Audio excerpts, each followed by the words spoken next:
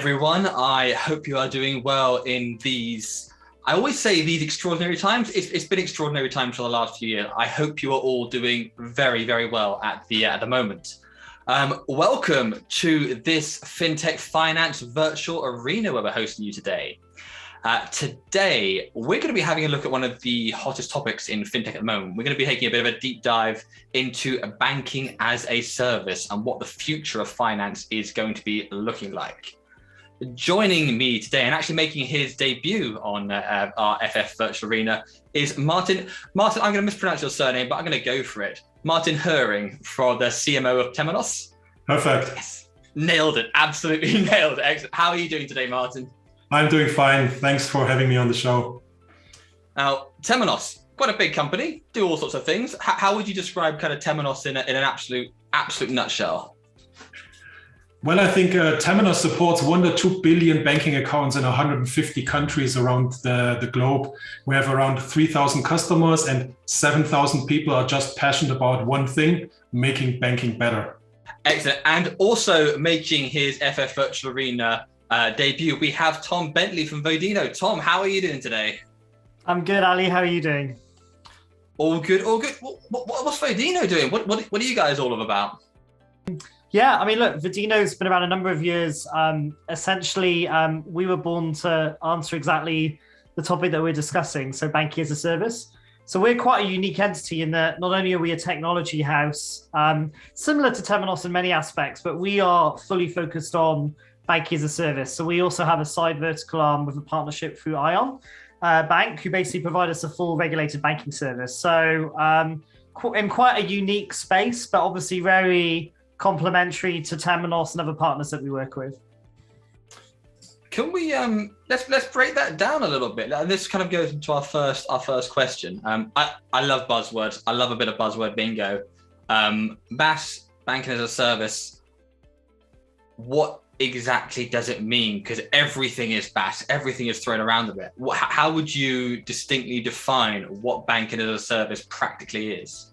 Yeah, look, it's a really good starting point, because actually I think there's a load of misinformation out there around how we see banking as a service, embedded finance, kind of all these industry buzzwords, as you say, that they're kind of out there.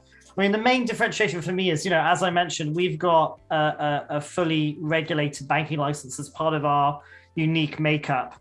And I think it's really around the banking, the provision of financial services that's the differentiation. There's lots of kind of players doing cards, payments, quite unique technology in many aspects, but really it's about providing, what's traditionally been only available through, very large banking entities through agency banking. Now you've got a load of fintechs who are taking that banking regulation very seriously, but providing a whole heap of quite unique technology assets against that.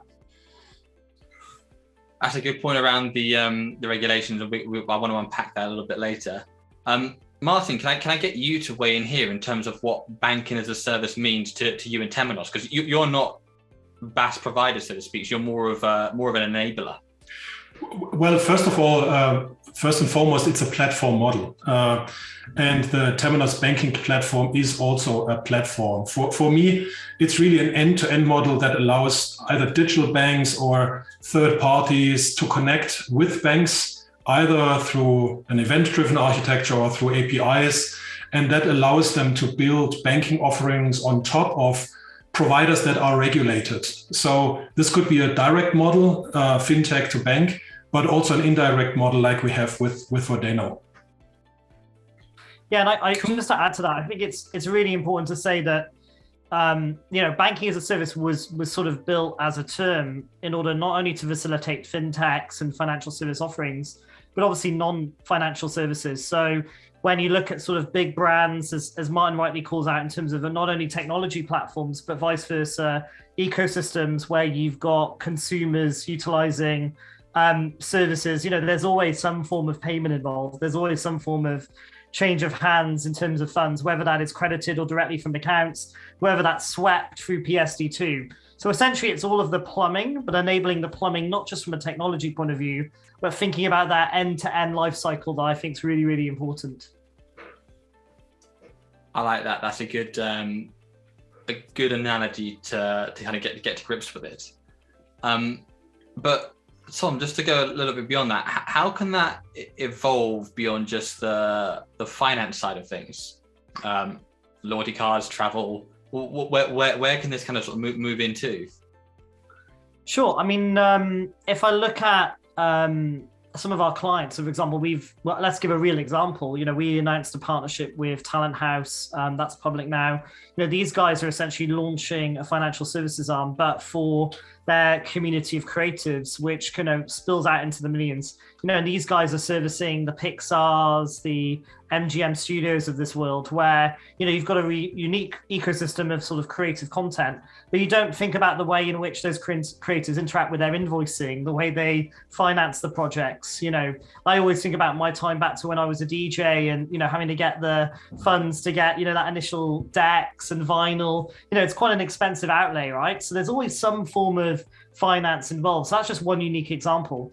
I think a second thing is just day-to-day interaction with brands. I mean, if you look at sort of store cards, you look at the concept of loyalty, these systems have been around for years and years and years, but how they actually aggregate into your financial life, the moment that you have to pull out the wallet and spill out all the cards. Ali, I know you're a big fan of Curve. Like I am, that aggregation of cards is becoming really important. So the fact that you can add on these sort of financial assets around that becomes really, really important. And then I think as a secondary level, if you look at sort of the technology provision, that's always been through quite traditional hard-coded services, or you've had to interface into very specific ways. With the kind of creative assets that are out there, whether that be through Temenos, whether that be through Vedino or the like, the key thing here really is that, the idea that you can actually fulfill those journeys so it's seamless for the customer, I think is really, really key. Martin, can I get you to weigh in on this around how, banking as a service can move just beyond just finance? And we got to talk about PayPal with this, because it's just such a vivid example. Well, I personally think really BaaS is the mega trend in the next decade to come. Whoever kind of analyst house you ask, Cornerstone estimates 25 billion in annual revenue in 2026. Bain is even going further at a 3.6 trillion business by 2030. I think this is the mega trend. And when I look into which areas BaaS is moving, it's really e-commerce, retail, telco, travel. Wherever at a certain point a banking service is needed, could be onboarding, origination, party management, loan payment, whatever is needed, that could be served through a platform, through banking as a service. We have good examples already. We are having a bigger customer in the US, Green Dot, and they are really already promoting that model quite heavily. So they are serving some of the biggest players like Apple, Amazon, or Uber. And wherever you look currently in the industry, non-banks like Walmart or IKEA are doing a coalition with BaaS providers and to offer financial services through that platform to their respective clients. So it's happening. It's extremely successful. And I think it will dominate the banking industry going forward. Yeah, and I think just to add to that, just to make this conversational, the key thing there is that, although we talk about these big brands doing very cool concepts, a lot of them they didn't launch the Google banks or whatnot. They've kind of dipped their toes in different areas, as you see. But essentially the regulation, kind of the hard yards it takes to go and get a banking license, they're very much partnering with banks. If you look at, for example, the Apple Card with Goldman Sachs, and I think the kind of hypothesis that we have, that I believe that Temenos shares as well, and many kind of players who are emerging in this space, is that ultimately you're going to have different partners for different areas. And for us, it's that marriage of, the experience you need of actually holding on to that customer data, the relationships that you need to hold at the highest regard with the regulator, and kind of all the KYC and compliance that goes against that, versus, of course, creating really cool disruptive concepts that are going to really interest customers and build volume. It's that those two worlds coming together that I think is what's really exciting. I've just read. I've got props at the ready. The and book again. All right. Okay. My God, it's difficult to get a banking license. Like, I was looking through this, going, this is not something that's easy to do. So you can see why when Monzo started out, for example, they went around the prepaid card because it was effectively, you could sort of argue that was kind of framed within a banking as a service kind of model to kind of create all the challenger banks of today. So my question I want to throw open to both of you: how successful has this been so far? Well, as I stated already, it's the projection is a multi-billion-dollar business, and when we talk with banks, we clearly see that they are thinking, what is their future business model going forward? Do they want to be an aggregator? Do they want to be a platform provider? Do they want to work with specialized BaaS providers? And I think depending on the new business model, all of these business models have one thing in common. It's a platform-based business. Banks need to go into the cloud to deliver that. They need to open up their monolithic software and make it really cloud ready, cloud native, and then attach fintechs to that platform. And that happens already. It was triggered 7-8 years ago when the whole open banking kicked in. This was just the start of it. And I think that trend is not reversible. This will go on and on. And as I stated at the beginning, for me, BaaS is the dominant banking model going forward. Yeah, I mean, I would add to that, and it's funny you've got the Amboden book, because I think, in order to do this properly, you really have to start with the right assets. And, that's the unique thing about kind of banks looking at this position, right, is I think we're only just starting to dip our toe into the water of what this world could look like. But you've got to be ready from a technology point of view, to really embed those services into those customer propositions. But also, coming back to Anbode and whatnot, the experience of licensing, it's not easy getting a license, as you say, Ali, right? So the fact that you've got these ecosystems of banks who've got the local knowledge, they've got this relationship with the regulator, I think what they're going to have to do that's quite going to be interesting to watch in the industry for the next few years, even months in some cases, is being able to interact with these differentiated brands. And for me, the one word that comes back to me again and again is speed. That we're past the days of 24-month projects, waiting delay after delay. People want to rapidly adopt services. So I think although we'll see a lot of standardization upon kind of the industry in terms of the provision of those services, I think what's really interesting is the creativity that these brands are going to bring.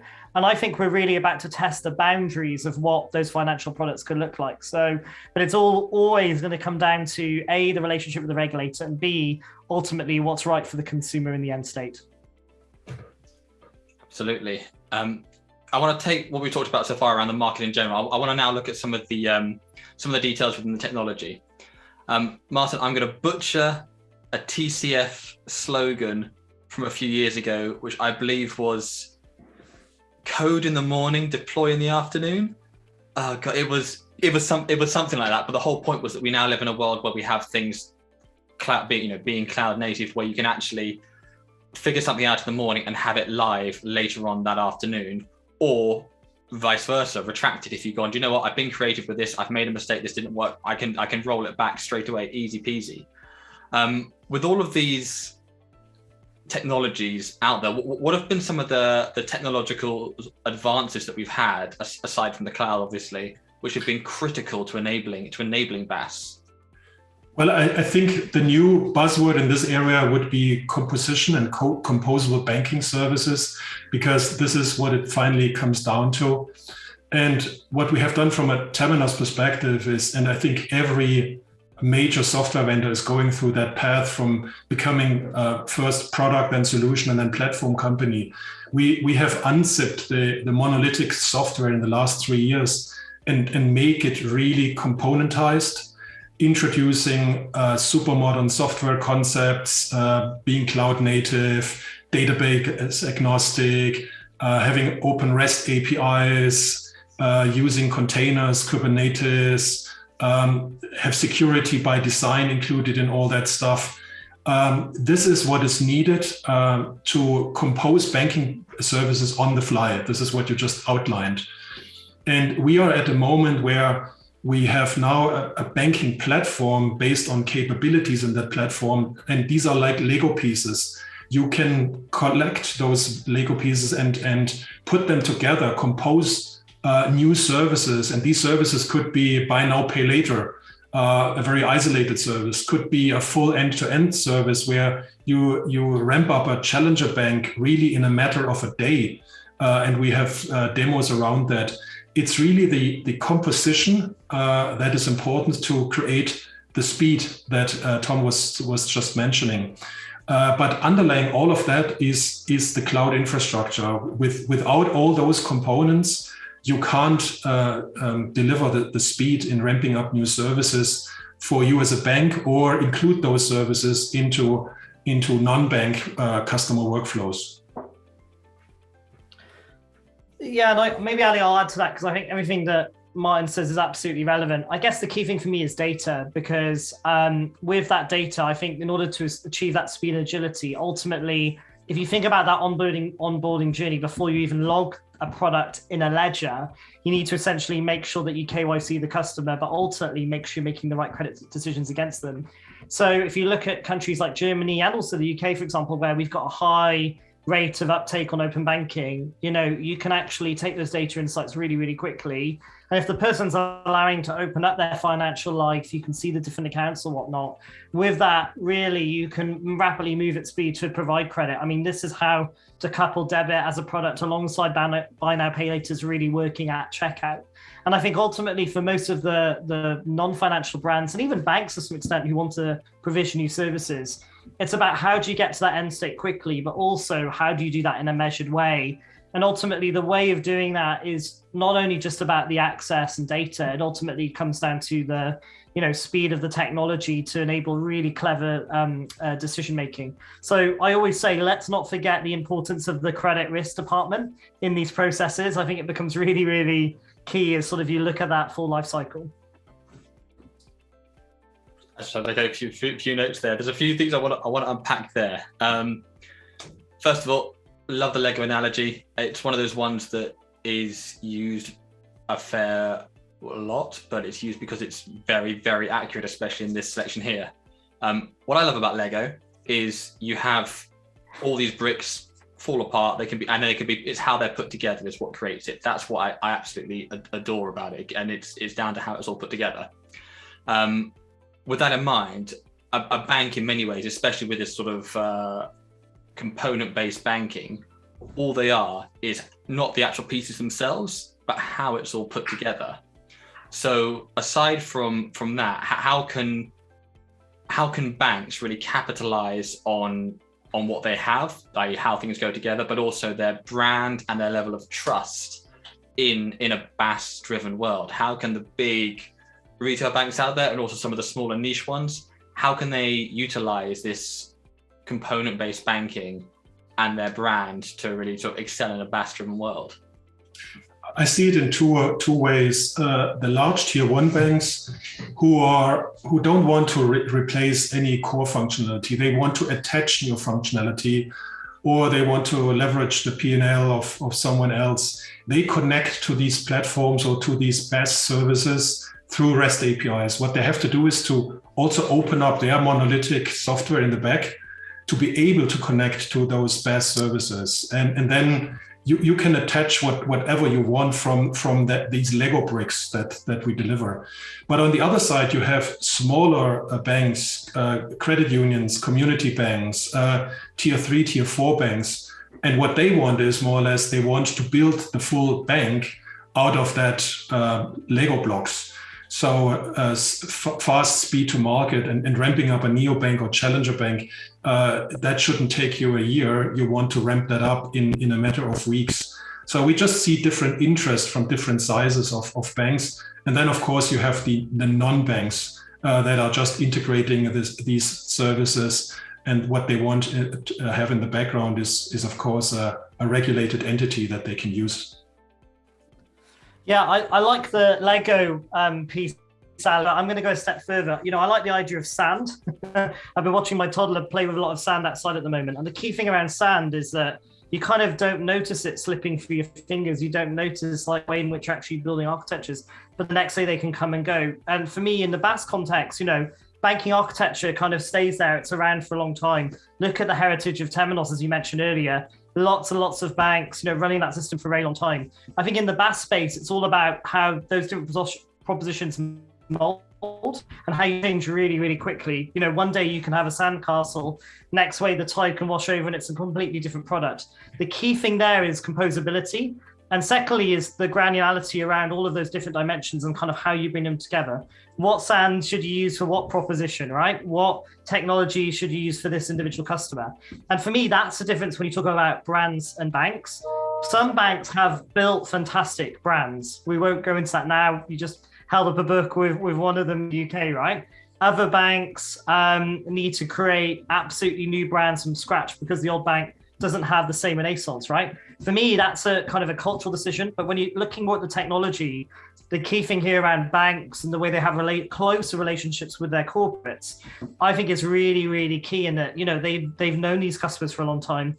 They know how their merchant financing works. You know, they know they know the Singles Day in China all the way to Black Friday. They know how their customers interact with one another. And I think that's the key thing. You know, I think it's a cliched phrase, data is the new oil. But I think the idea that you can take that data and use it in really unique ways to position really good product, that is really fundamental. The underlying thing with all of that is that you need a really good sandpit to play in, right? i.e. you need a really good platform to build all of those pieces on top of. Well said, and that ties neatly because I want to go a little bit into regulation, as you said. You know, the credit risk department, especially with buy now, pay later, kind of absolutely exploding, not just in user uptake, but also in the number of players out there. Credit risk becomes a little bit more important than perhaps it was a few years ago. Tom, can I just get you to expand a little bit around the kind of the regulation aspect of this BaaS-driven world and some of the opportunities that are there for banks to have a real play around with and come up with new ideas? Yeah, I mean, look, every bank's got a credit risk department, right? And I think this is the difference when you talk about we call it true BaaS, but banking as a service. You know, there's lots of players out there who do the payments, the cards, the kind of interconnectivity between rails. But when it comes to actually lending, you know, you need to ultimately make decisions on those customers. I mean, if you look at sort of the press around, you know, Generation Z, multiple products, different vendors doing different things for different industries. I guess the key thing here is that the actual credit isn't disposable. You know, when we look at the customer propositions that we're looking at, we obviously want to be there for consumers. You want to be there in their time of need. At the same time, you want to make sure that you protect the customer, they're not overutilizing these services. So I think that's where the credit risk becomes really important. And just to give a wider, broadening view on regulation, I mean, the great thing about where we're based in the EU is there's a lot of a passportability. At the same time, there are distinct, you know, country flavors that you need to consider. So I think this is where those ecosystems of how do you work with international brands versus the local brands that are well and truly loved, you need to have different responses for different flavors of what those journeys look like. A futurist question I want to bring up now. What will a world where banks and businesses across industries can offer a portfolio of finance products, what will that look like? There's this quote. I don't know whether you guys have ever heard this quote from Bill Gates. It's never brought up at any conference or session. But Bill Gates once said, people need banking, they don't need banks.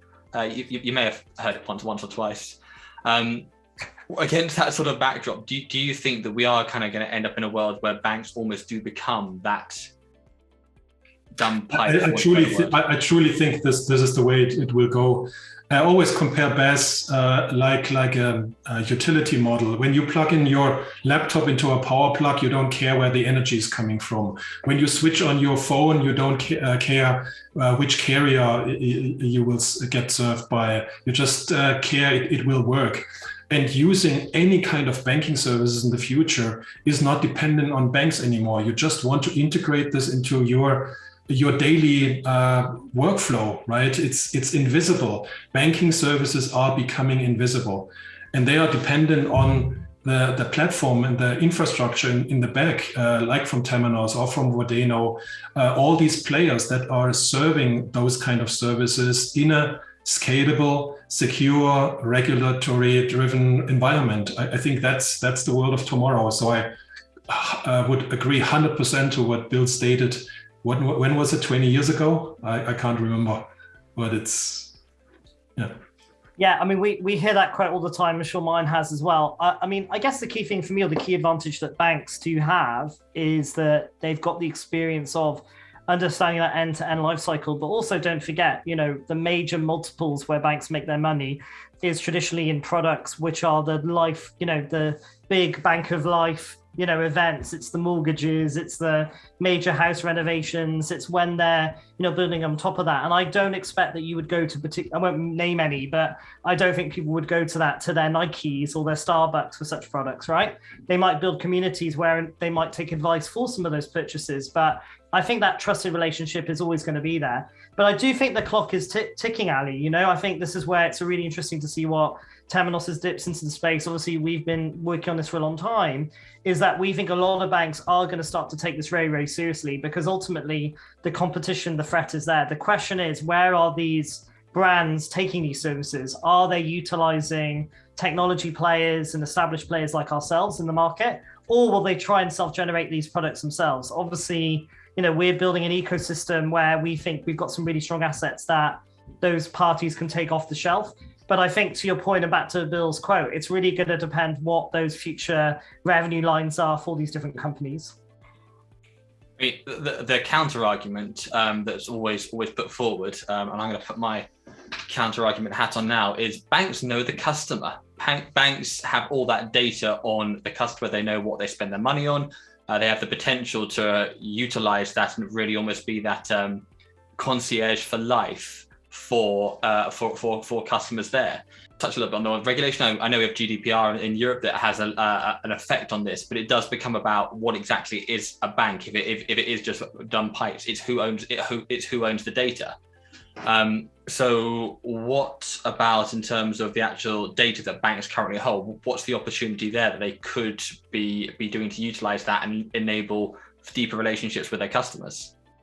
I still believe that the banks will hold the data. And when I talk to bank CMOs, this is what really excites them with this new model, because they get additional data through BaaS models that they can again use with smart intelligence, AI-driven functions to create the next best product. When you look at super apps like WeChat, they take care of people's life.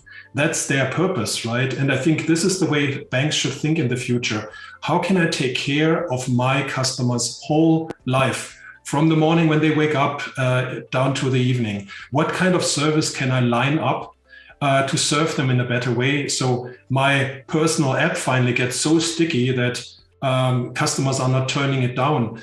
So still this is in place, and this is the exciting thing, like Tom said at the beginning. It's the underlying data and the use of that data that makes it very attractive for banks. But from an end customer perspective, you might not any longer see the brand that is behind those services. Yeah, I mean, I'll add one dimension to this. I agree with everything that Martin said, but I think product bundling is going to become more and more relevant in the industry. So if you take the fact that, for example, when I got married, whether you take a loan, don't take a loan, your parents help you out, there's a whole host of services. I mean, to think poorly of those people who unfortunately didn't have, wedding insurance, right, when COVID hit. So there's a whole bundling of services that you just don't think about that are relevant in the context of, okay, we're a particular event, or it's potentially a particular purchase. The fact you can bundle all these services together. And look, many really good consumer companies have been doing this a really, really long time. I think a lot about, we talked about energy earlier, the smart home market, where they essentially bundle in the installation. They're selling this on e-commerce marketplaces. Banking has to think exactly this way, right? It's about taking those data insights, thinking about where are the white spaces and plugging them. And traditionally, banks have never had to do that, right? Ultimately, it's been about you being concerned about walking up to the bank, knowing that you've got the right credit score, that you've got the right credentials. In this new world where many consumer brands feel they know that customer, and as long as it's within the boundaries of regulation, they're willing to take a risk. That's the fundamental difference. And that's why I think it's so important that banks think about this platform that they're building on, but ultimately what Martin said about the data models for next best product, along with really strong, smart product engineering to complement that. Absolutely. I've got an example I want to throw in there. And it's weird, it's an insurance example, and insurance is usually about 5 years behind banking. Yeah. Flock Insurance, incredible product. I don't know if you've ever seen it. It's drone insurance. sits on your phone, you load up your drone app, and just before you take off, it pops up saying, do you want to insure this flight for 20p? Or, hey, we're not going to insure you because you're by Gatwick Airport, stop it. Or, hey, you're in the middle of London, it's going to be 20 quid if you want to insure, and you can just tap and it automatically insures that one particular flight there. Integrated, highly, absolutely big fan. I've not heard of that. That's amazing, you know? I mean, that's the difference, right? I mean, I think if you look at like the super apps that are emerging, I think what they do really well is, you know, if you look at the response to obviously what's going on at the moment in the world with Ukraine and Russia, you know, the fact they can see there's a need and immediately pinpoint particular services at a particular audience, you know, and I think that's where this marriage aligns. And, you know, obviously we think a lot of that in the financial context, but you never think about a drone flight. I mean, it's a bit like the car insurance market where you can insure, you know, you had one too many beers and you've got to drive your friend's car back. You know, I love these examples because they're real life, you know, like for me, the difference is what BaaS and the power of BaaS is that you can embed these services into real life, whereas traditionally you've always had to pull out a card, you've always had to re-interact with the financial services world. And I think, Ali, it's a really good example. Can we, I've got to bring up now, the sort of final kind of big area I want to bring up is, and it's a biggie, we've got to bring up the terrifying Amazon and Google entering directly in the finance industry, and obviously why they haven't kind of gone full out into it so far. Why is that? Why do we not think that there's a bank of Amazon? Why do you think they haven't done a very sort of simple done as before into the market? It's an age-old question, but I still haven't had that kind of absolute perfect answer as to why there isn't a bank of Google already on the market. I personally think that Amazon and Google don't really want to become a bank. I think there's too much infrastructure, regulatory costs, time, efforts, all of that. What they really want to build is the customer loyalty. They want to know what the customers are doing, when are they doing what kind, so this kind of behavioral tracking and all that. So for them, it's ideal to include banking as a service into workflows that they have on their website or search engines already, but I can't see them really being a bank in the back end. Yeah, and I think it's a question of humanity. I think human beings are quite suspect when everything starts to become one brand. It reminds me, my son is a huge fan of WALL-E at the moment, the movie. And if you remember in that movie, you know, the Big E Corporation, you know, they own the food, they own the spaceships, they even own the White House, right? The president of the company is the guy owning the planet.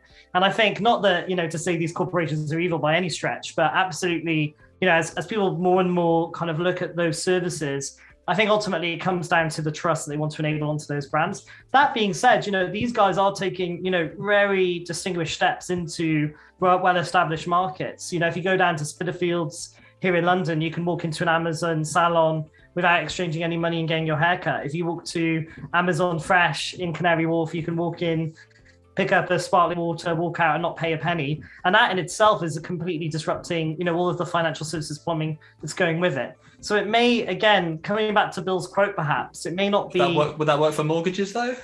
Just, you know, walk into a house and like this...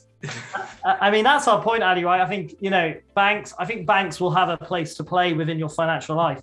The question is, what are the banking brands that you are going to trust? And ultimately, it's that age-old question of, you know, if I get the letter in the mail, you know, asking me for a mortgage when I just bought a house, you know that your bank doesn't know you. So I think it's about this relationship between those brands that we love and trust with the ecosystem and the way that banks should be able to engineer data coming together to provide these singular, really well-advanced services that benefit the customer.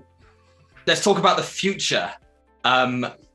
If I'm working today in the IT department of a big bank, what should I be actively and practically doing and looking at to ensure that as we kind of move towards this vast world where the opportunities in banking for almost anyone to become a banker are growing faster and faster, what should I be actively doing today to make sure I'm not left behind?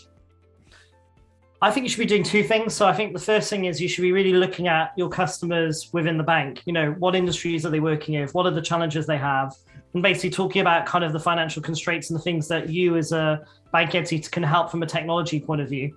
And the second point is one that Martin raised earlier, which essentially is the platform. You know, if you don't have modern APIs, if you can't spin up solutions fast in the whether that be in the cloud or on your own private cloud, whatever it may be. The key thing here is speed, because ultimately, if you can't embed as fast as those brands that I mentioned, disappearing in the tide through the sand, then ultimately you're going to get left behind. And the problem is, as we all know, when people move those relationships, they're very difficult to do, but once they do move them, they're very, very sticky. So the key thing there, I would say, is data, customers, and technology.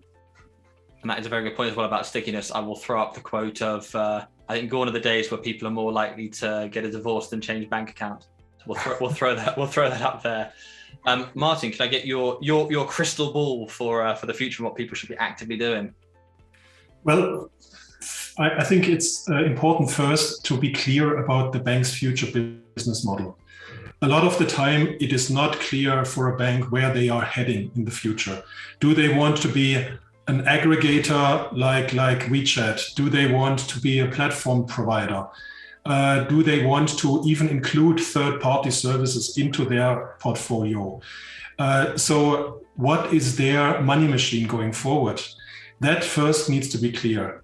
But regardless of that model, in the background, they need to go to a platform-based approach. They need to open up their infrastructure. As I said at the beginning, open banking was just the beginning. BaaS is the next step. And that means you need to go into the cloud space. You need to open up your infrastructure. You need to invest in modern software technologies like container and open APIs and all that stuff. And then the third element, which is so crucial, is to have the right ecosystem surrounding you, either BaaS providers or fintechs, an ecosystem that either complements your service or takes your service into a different customer segment or into a different market. So the business model, the technology, and the ecosystem surrounding you, I think, is a huge focus for a modern bank in not losing track of the market.